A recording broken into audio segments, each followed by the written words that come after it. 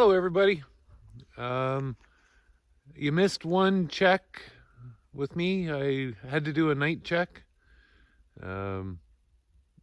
So that was 2 days ago. I got a little coyote and fox. Gonna have to find some more bait pretty soon for pretty much all of the places.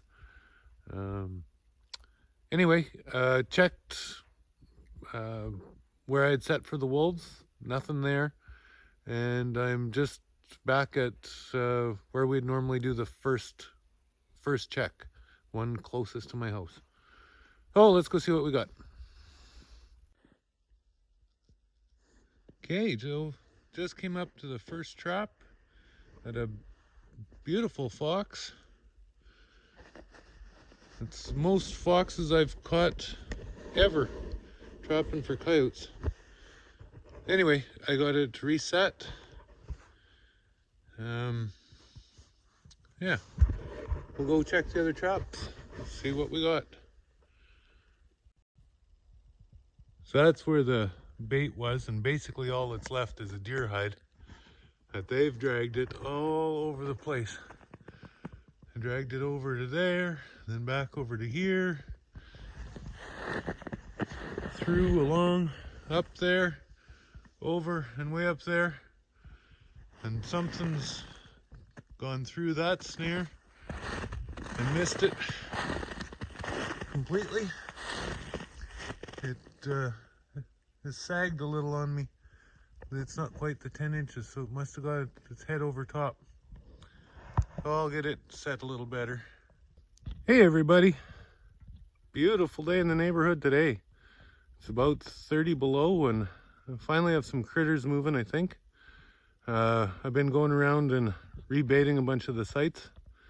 I'm gonna set another trap. This is the site where I moved the traps. So this is the new location. There's only 3 at the moment here. I'm putting one more out. And that's the last of the snares that I have. So let's go have a look. So my cousin butchered his deer the other day. So this is the location, like I said, where we've moved to. There's only 3 snares out. There's one right through that trail. You can see there's nothing there.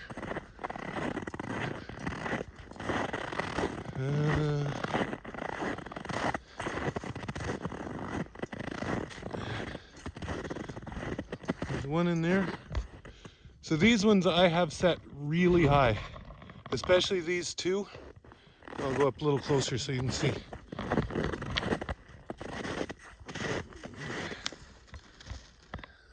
Sure you can see the snare there. So we are at probably 13 or 14 inches off the ground. I intentionally have set these ones for wolves, these 2. The other trap that I have here and the next one that I'm going to set, I will set them more specifically for coyotes, but I'm going to try and get, if the wolves do come in, where they have to put their head down. So here's the other set. There again is very high for a coyote, and you can actually see that there's tracks through, and I'm sure that I missed them because it's not even where a coyote would necessarily put his head. I might actually readjust that. So we've got one more trap back over here. You can see we've had a fair bit of tracks in here, but actually a lot of it's deer.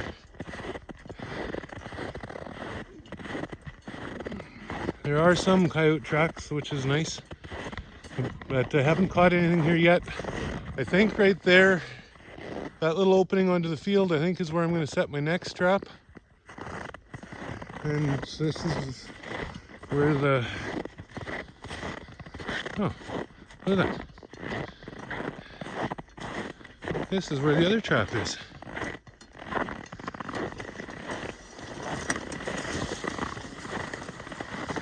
Nice sleeping puppy dog. What a nice color. Okay, I've got you guys set up in the tree so you can watch what I do.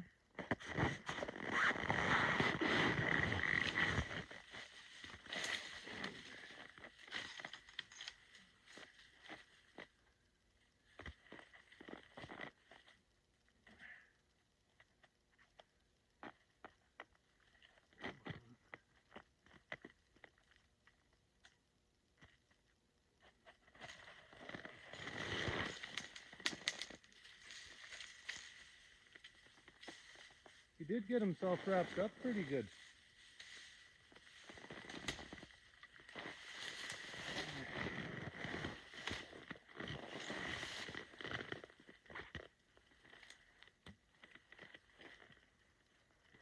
Well, he's barely frozen. So, there again, just a little farther back than what I'd like. I've got him right back basically at the shoulder blades.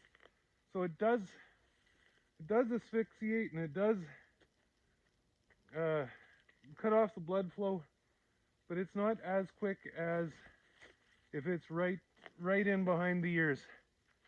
But still, as you can tell, there's not a lot of bush beat up. It was not a long period of time that he was suffering. It was as quick and humane as possible.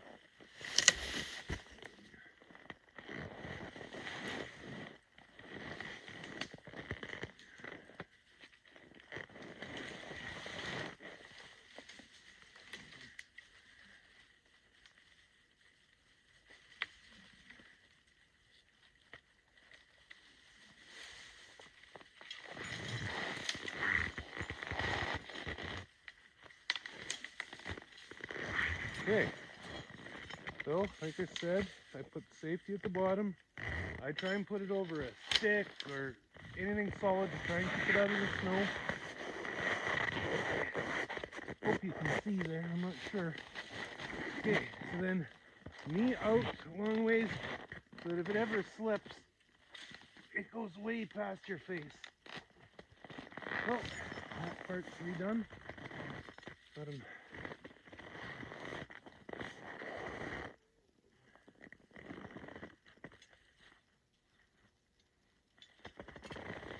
Okay, do up the snare.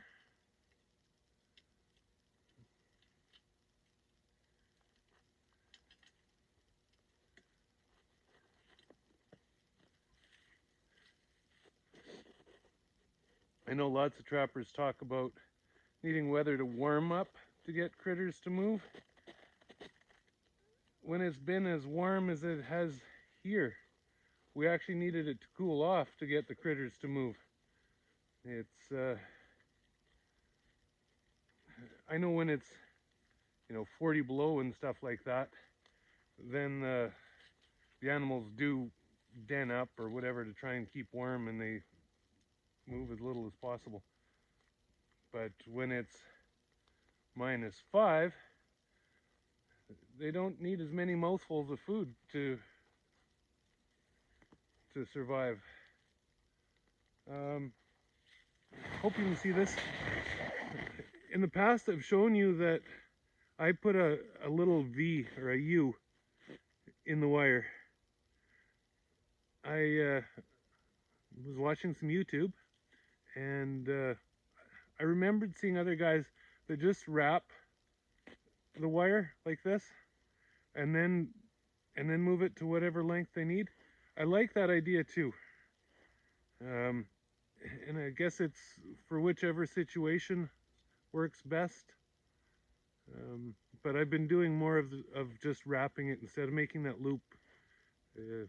Makes it a little easier to set the height and stuff.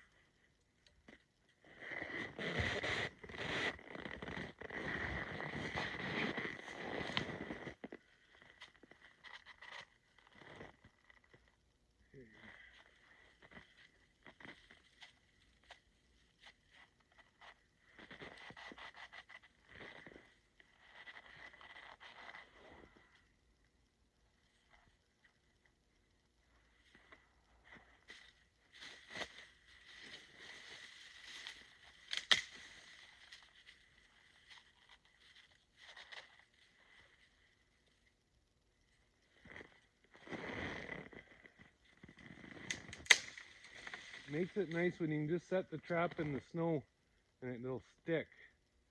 It's not exactly how I'm going to leave it. It's going to get supported better than that, but at the same time I can set it there. I get the idea of where I want everything to be, and then I can adjust from there. If it's just straight dry ground, it makes it very difficult. Then I do have to get it attached to a tree or something to hold the ram in place so that I get the snare in the right place.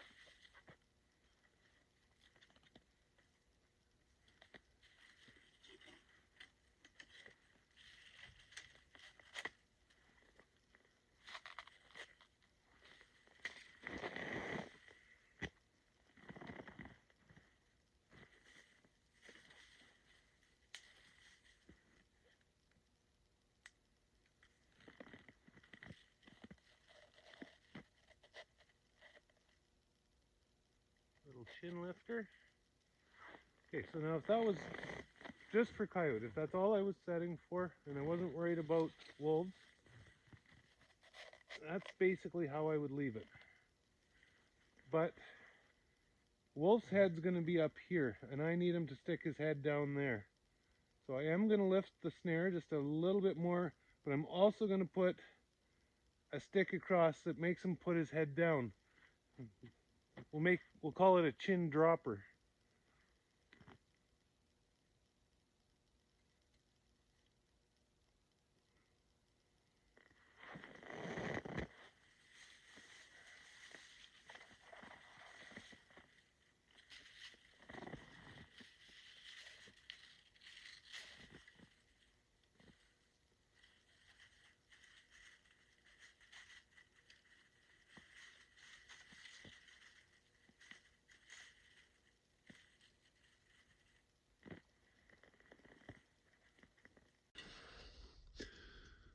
So this is where I said that I was going to set the trap. I don't think I will. This is where the deer are coming into this slough, or one of the places. I'll find somewhere that's a little more, or a little less inviting for deer.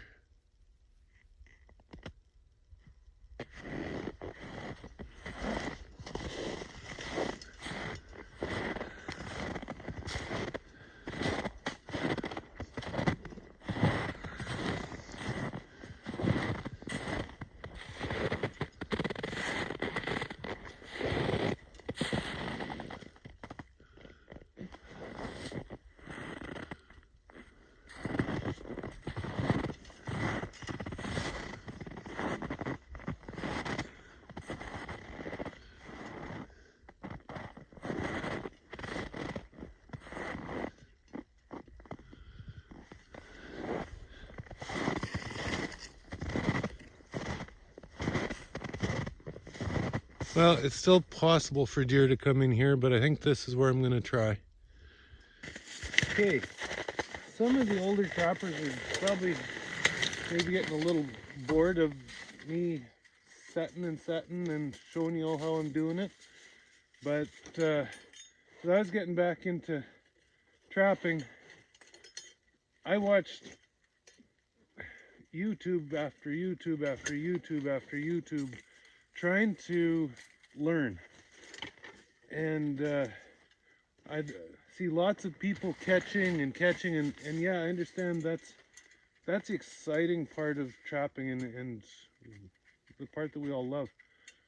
But as a beginner trapper, I'd like people to see how I do sets so that they can learn from it, and every time I set, I probably do something a little bit different. And if I talk my way through it, then the more experienced trappers can also critique what I'm doing. Tell me whether it's good, bad, or otherwise. And the beginner trappers learn from both what I do and from the discussion that the experienced trappers and I have. That's my goal, anyway. Okay, you'll see that I have a really light wire on the bottom of this ram. I ran out of anchors, and I'm going to put that light one on, and I've also got some really heavy wire that's going to be the anchor. This light wire is just like a secondary or a backup in case the big one breaks. I need to get back to the trapping store and get some more supplies, or I guess at the very least grab some cable from a hardware store or something.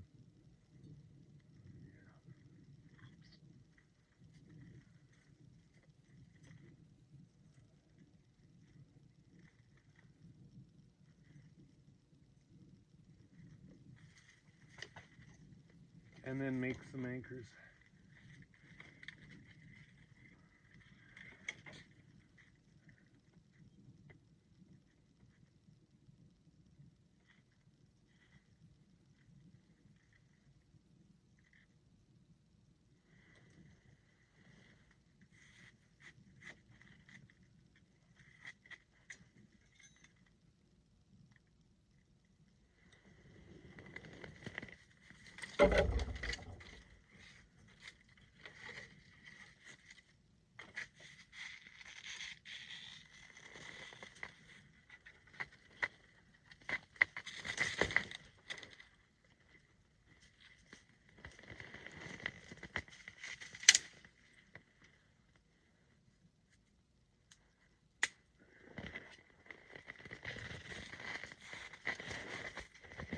Okay, so that would be plenty high enough for a coyote.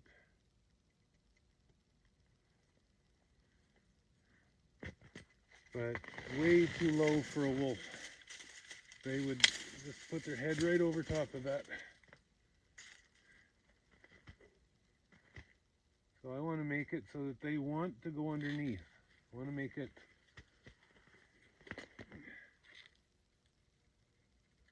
so that that's the most convenient.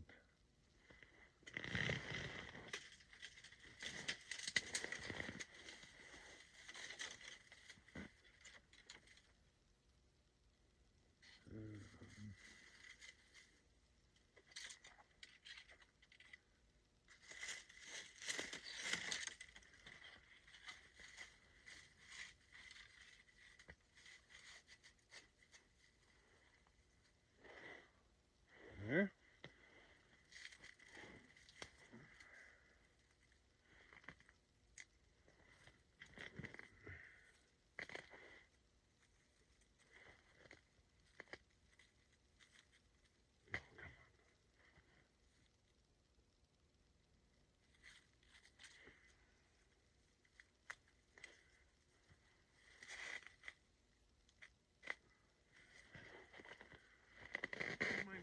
a stick just to cover that. So if Wolf comes, he doesn't want to stick his nose over there.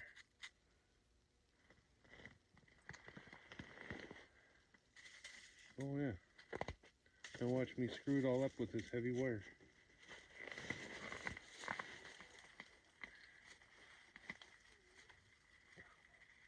Ah, don't fall over. Shoot.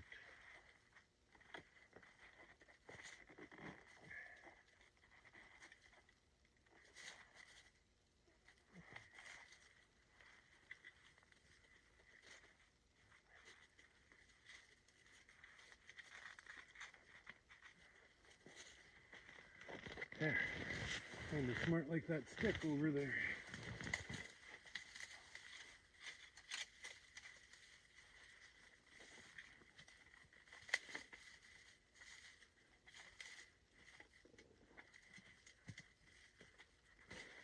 Alright, let's try that again.